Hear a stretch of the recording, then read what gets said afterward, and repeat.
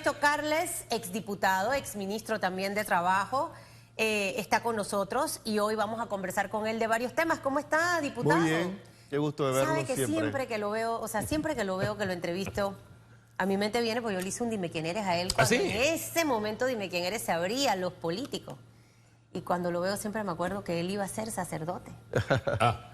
¿De verdad? Así es, estuvimos estudiando un tiempo. Pero la vida da muchas vueltas. Bueno, al final Sí, siempre uno sigue. Sí, no, pero es un hombre aferrado a Dios y eso es cultivando bueno. la escritura, la palabra, leyendo, Eso la bueno. lectura es importante y ponerlo en práctica. Bueno, yo no iba a ser también. monja, pero también vivo apegada. Te congregas a diferentes grupos también. Es que me lo imaginé de monja. Oiga, él también está en la Concertación Nacional. Por eso que le... ¿Ves, licenciado? 8 o 10 minutos de la mañana. Es miembro de la Concertación Nacional. Eso es importante destacarlo porque al final el tema caja de seguro social tiene que pasar por un gran consenso.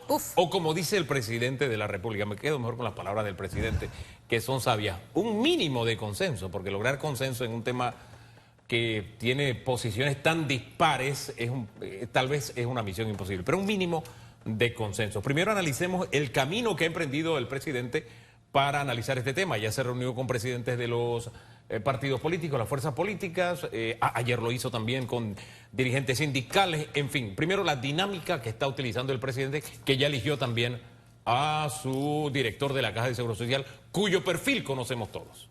Sí, muchas gracias. Bueno, creo que es importante valorar o resaltar la caracterización que el presidente de la República le ha dado a este tema, entendiendo, Hugo, que tiene fecha de vencimiento la sostenibilidad de las pensiones.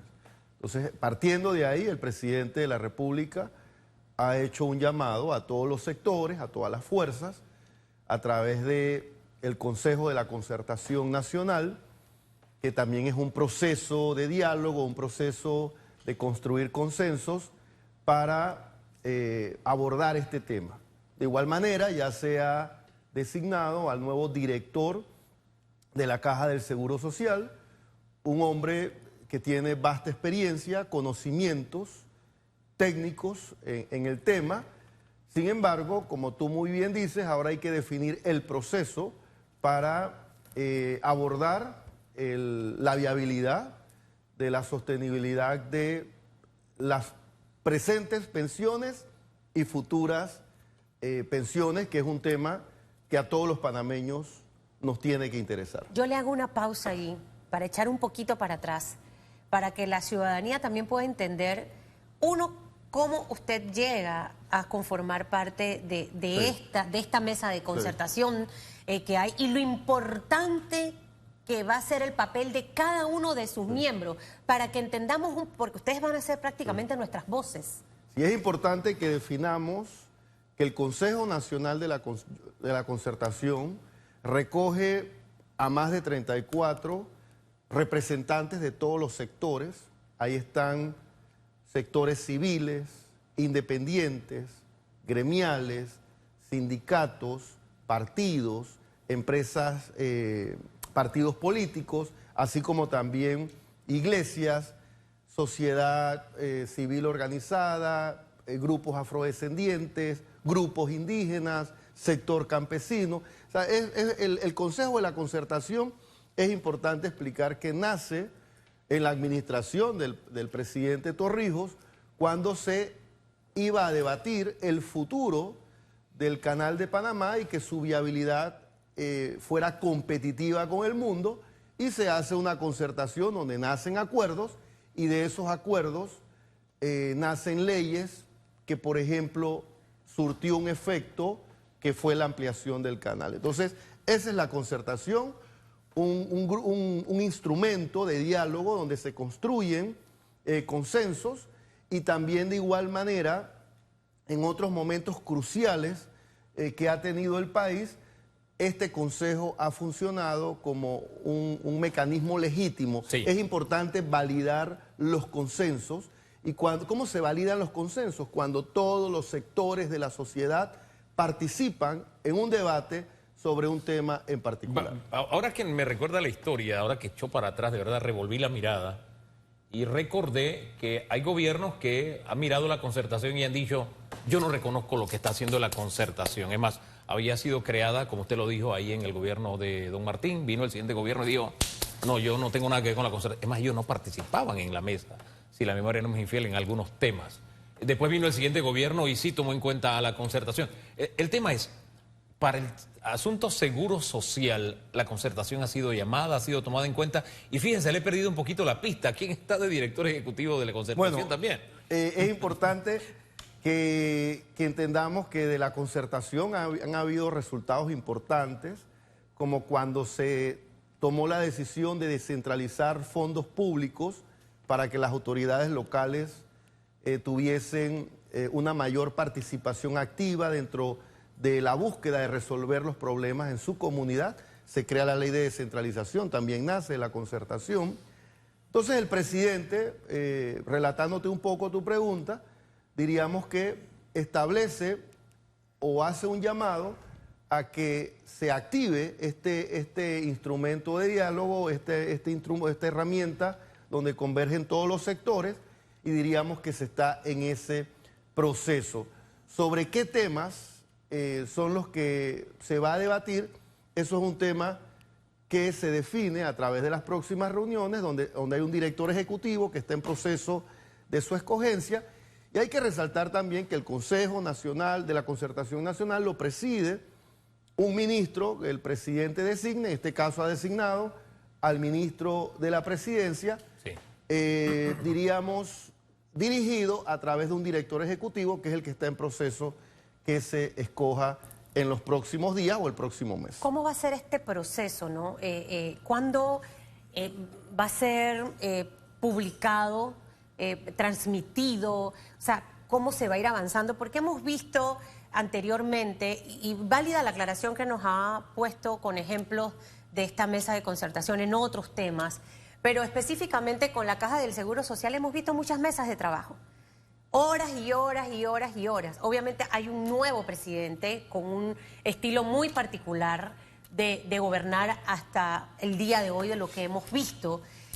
Pero ¿qué puede esperar la ciudadanía? Que al final es el principal beneficiado o afectado de las decisiones que se tomen de un tema tan álgido como lo es el futuro de la Caja del Seguro Social. Bueno, lo primero, hay que establecer un proceso de diálogo. Ese es un tema que quizás yo no te puedo manifestar en este momento porque no soy quien presido ese organismo, soy solamente un miembro, pero sí a nivel muy personal, yo sí creo que hay que resaltar o darle el valor al llamado que ha hecho el presidente. Yo creo que eso es importante y que en esa institución, al frente, o los próximos días, el 1 de octubre, entre a formar parte de dirigir esa institución una persona que también tiene experiencia en el tema. Sobre el contenido de buscarle la viabilidad, que es el objetivo, ¿cómo le buscas viabilidad al IBM? El IBM, que al final es lo que sostiene el pago de las pensiones a través de un fideicomiso, se agotó.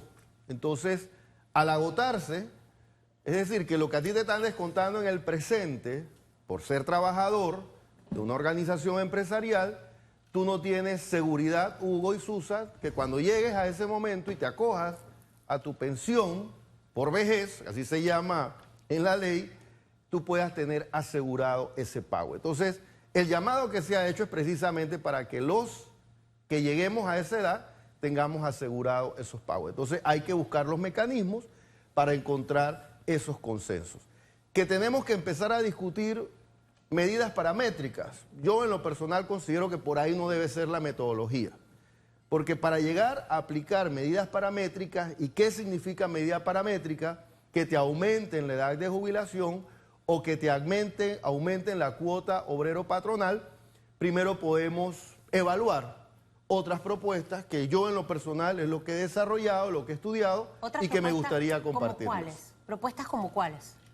¿Cómo se sostiene el IBM? El IBM se tiene que sostener con un ahorro, que se le llama fideicomiso. Ya hubo un diálogo, ese diálogo yo sí creo que aportó resultados. Todo diálogo que al final te deja un informe, tú lo tienes que validar a través de la lectura y aplicar las acciones que ahí se recomendaron. La OIT, por ejemplo, recomienda en ese informe de ese diálogo por la Caja del Seguro Social o por el IBM, un primer elemento, Hugo y Susan, es reflotar o fortalecer el fondo que mantiene el subsistema. ¿Cómo logras mantener ese fondo? A través de fuentes de financiamiento. Entonces, lo primero que yo revisaría son todas las concesiones. Todas las concesiones que le aportan al Estado tienen que revisarse y tienen que establecerse mecanismos de uso y que tengan un mayor rendimiento sobre elementos muy precisos. ¿A qué concesiones se refiere exactamente? A todas las concesiones. Puerto... Es que ahí vamos. A ver. ¿Cuánto necesitas en los próximos, anualmente para flotar y que sea sostenible este fondo? Entre 600 o 800 millones de dólares. ¿Por qué eso ha aumentado? Porque desde la administración del presidente Martinelli, del presidente Varela, hubo un compromiso de que el Ejecutivo del Presupuesto General del Estado transfería una cantidad de fondos al IBM. 200 millones, 165 millones. En la administración anterior eso fue aumentando, pero en los últimos 3 años, Hugo, no hubo esa transferencia por parte del presupuesto central al fondo o al fondo del subsistema del IBM y quizás por eso aumentó el déficit. De manera más técnica, otro te lo puede explicar más preciso, pero más o menos entre 600 y 800 millones de dólares es el déficit anual. Si eso lo proyectamos en 15 años, podemos pensar que el déficit será de 7.000, 8.000 millones de dólares si no hacemos nada. Entonces, ¿qué necesitamos? Necesitamos financiar el IBM. Lo podemos financiar aumentando la edad de jubilación. Lo podemos financiar aumentando las cuotas. Pero hay otras medidas, como las que primero te explico. En un momento, cuando iba a tener vida jurídica la ley minera, se hablaba de 400 millones de dólares iban a entrar al IBM. Eso no funcionó, fue decretado inconstitucional. Ese es un debate que en algún momento hay que determinar qué se va a hacer con ese cobre que está, con todo lo que todavía está, que tiene que exportarse, porque al final el recurso es del Estado. Entonces, los puertos son del Estado. A esas concesiones me refiero. La prestación de la energía eléctrica es del Estado. Entonces, todas esas son concesiones que el Estado ha dado, que hay que revisar cuántas le están dando al Estado y que al final, si yo necesito 700 millones de dólares anual, yo puedo pensar que de todas las concesiones, de todas, Hugo, pueda yo sacar 200 millones de dólares anual. ¿De qué otra fuente puedo encontrar? De las empresas públicas. Las empresas públicas fueron creadas precisamente para darle una mayor valorización financiera al Estado. Por eso es que, por ejemplo, de ENA S.A., que recibe por el pago del corredor que hacemos todos los panameños, 145 millones de dólares anual. De esos 145 millones de dólares anual, 34% es lo único que consume para funcionamiento esa empresa pública. Lo demás es para pago de deuda. Igual Tocumen S.A., que pongo en paréntesis el escándalo en el que se ha sometido el director por andar con este tema de la telefonía celular. ¡Ey, que se pague su celular! Yo cuando fui diputado, yo mismo me pagaba mi celular. Nunca tuve que contratar o que me dieran un celular o cuando fui ministro. Entonces, hay cosas, Hugo, donde se puede ahorrar y resulta ser que Tocumen S.A. recibe más o menos 365 millones de dólares por su funcionamiento. ¿Cuánto se gasta en su funcionamiento? No los 365 millones, porque esos recursos los utilizan para pagar deuda. Entonces, si tú tienes 2 empresas públicas y a cada una le quitas 10 millones de dólares anual, estamos hablando de 120 millones de dólares más para ese fideicomiso. Entonces, todavía no nos alcanza, hay que buscar todavía más todavía. No nos alcanza. Tienes una tercera medida que podrías aplicar de que tienes todos los bienes inmuebles o los activos. No sé si tú usan o has escuchado, dije que la Caja del Seguro Social tiene muchos activos y que esos activos no se ponen a funcionar financieramente y que no se alquilan y que no se venden y que no se les saca el rédito, la rentabilidad. Bueno, hagamos el inventario de cuántos bienes inmuebles. Dice que prácticamente la Caja del Seguro Social es dueña, después que tú pasas a San Carlos, hasta por allá llegando a Ciclís, por allá por los lados de San Carlos, todo el lado costero, dice que hay una cantidad de tierra donde la Caja del Seguro Social es dueña. Entonces, ¿cuál es la desconfianza? Bueno, precisamente es que no hay esa confianza o esa transparencia de haber transparentado los procesos y por eso quizás esos activos nunca se han vendido. De ahí puede salir otro recurso. Esta es una lista larga. Son 6 propuestas, 6 propuestas que hemos estudiado. Bueno, ¿cuán factible es que necesita 700 a 800 millones de dólares anual? Pero ¿por qué el sacrificio lo tienes que hacer tú? ¿O por qué el sacrificio lo tienen que hacer los trabajadores o trabajadoras? Perfecto. Si te van a aumentar la edad de jubilación y la paramétrica determina que deben de ser 2 años o 3 años o 4 años, eso es un tema que nos tendrá que informar el nuevo director de la Caja del Seguro Social. ¿Por qué no evaluamos otras medidas para que la aplicación o el ajuste de la edad o del aumento de cuotas sea menor? Y fíjese, la propuesta sobre la mesa se inscribe dentro de la filosofía que nosotros hemos tratado de aplicar. ¿Cuál es? Hombre, hagamos una lluvia de ideas. ¿Por qué? Porque de pronto la solución es integral, no necesariamente es una. Bueno, ya el presidente manifestó la existencia porque hay un fideicomiso. Sí. Entonces, ¿qué te está diciendo la OIT en ese informe? Sácale rentabilidad a ese fideicomiso, reflótalo, es la palabra que usa. ¿Cómo es reflotarlo? Busca fuentes de financiamiento para que ese fideicomiso es el que le dé sostenibilidad al futuro de las pensiones. Este tema va a ser uno de los temas más álgidos de esta administración, que sin lugar a duda le tocó porque las anteriores nunca atendieron esta problemática de la Caja de Seguro Social y esa es una realidad, licenciado Carlos. Ahora bien, no podemos caer nuevamente en el episodio tan traumático de la mina vivido en noviembre del año pasado, porque esto va a generar mucha pasión.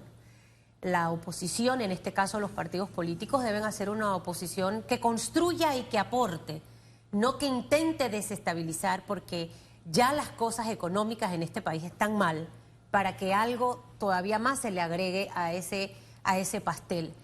¿Cuál sería, siendo usted un miembro del Partido Panameñista, partido oposición, ese rol que debe jugar la oposición en conjunto en este tema para trabajar de la mano con el gobierno, porque al final es la seguridad social de todos los habitantes de este país? Yo creo que el detonante más grande, porque tenemos que también, ¿cómo tú evalúas esos detonantes, Susan? Estudiando el pasado. Cuando se hicieron ajustes precisamente en este tema, hubo estallido social y quizás no se establecieron los procesos correctos para llegar a esos consensos. Entonces eso es lo que tienes que evitar. ¿Y cómo tú logras que la población entienda que esto tiene que darse? Bueno, precisamente no sacrificando en primer momento a los trabajadores. Por eso te estoy explicando, si en algún momento hay que aumentar el número de cuotas o hay que aumentar la edad de jubilación, evaluemos otras salidas porque al final lo que está faltando es una fuente de financiamiento que le dé sostenibilidad a ese fondo. Y se me olvidaba una cuarta. Hay más de 700.000 trabajadores informales. ¿Qué se recomienda en ese informe que ya está escrito, que está valorado, que está estudiado, que tiene sus correrías numéricas?